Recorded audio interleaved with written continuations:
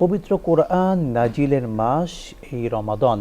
আল্লাহ সুবহানাহু ওয়া তাআলা যে রমাদান আমাদেরকে উপহার দিয়েছেন, কোরআন নাজিলের মাস রমাদান, কোরআন নাজিল হওয়ার ইতিহাস দর্শকদেরকে জানাবেন।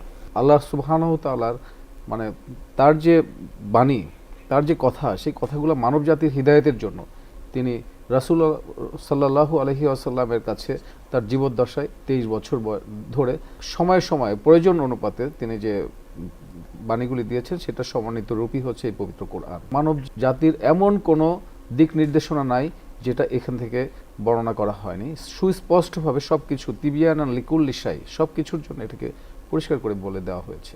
এই কোরআন নাজিল হয়েছে এই রমাদান মাসে, আর এই কারণেই রমাদান এবং কোরআন দুইটি উভয়ের সাথে সম্পৃক্ত এবং দুইটি অনেক বেশি ফজিলত এবং মর্যাদাপূর্ণ। ইন্না আনজালনাহু ফি লাইলাতিন মুবারাকা। তো আমরা জানি যে পবিত্র কোরআন সেই লাইলাতুল মুবারাকা, সেটি হচ্ছে এই মাসের মধ্যেই রয়েছে। শেষ বেজোড়ের শেষ, রমজানের 30 দিনের শেষ 10 দিনের বেজোড় রাতের যে কোনো একটি রাতেই এটা রয়েছে। কোরআনকে বিভিন্নভাবে অঙ্গাঙ্গী করে এই রমজানকে কেন্দ্র করে এটাকে অবতীর্ণ করা হয়েছে। এবং আমরা জানি যে এই কোরআন প্রথমে সপ্তম আসমানে নাজিল হয়েছিল।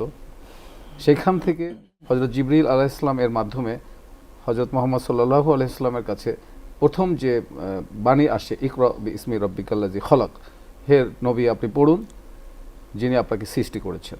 তো সেই দিনটিও ছিল এই রমাদান মাস। এর পরবর্তী যে আয়াতগুলি আছে আমরা জানি যে আজকে যে আয়াতটি তেলাওয়াত করা হলো যে হুদান লিন-নাস ওয়া বায়্যিনাতিন মিনাল হুদা ওয়াল ফুরকান। তো এখানে সত্য মিথ্যার সুস্পষ্ট মানে বিভেদ সৃষ্টিকারী যে জিনিসটি বলে দেওয়া হয়েছে, স্পষ্টভাবে প্রতীয়মান করা হয়েছে, ব্যাখ্যা করা হয়েছে, সেটা হচ্ছে এই কোরআন।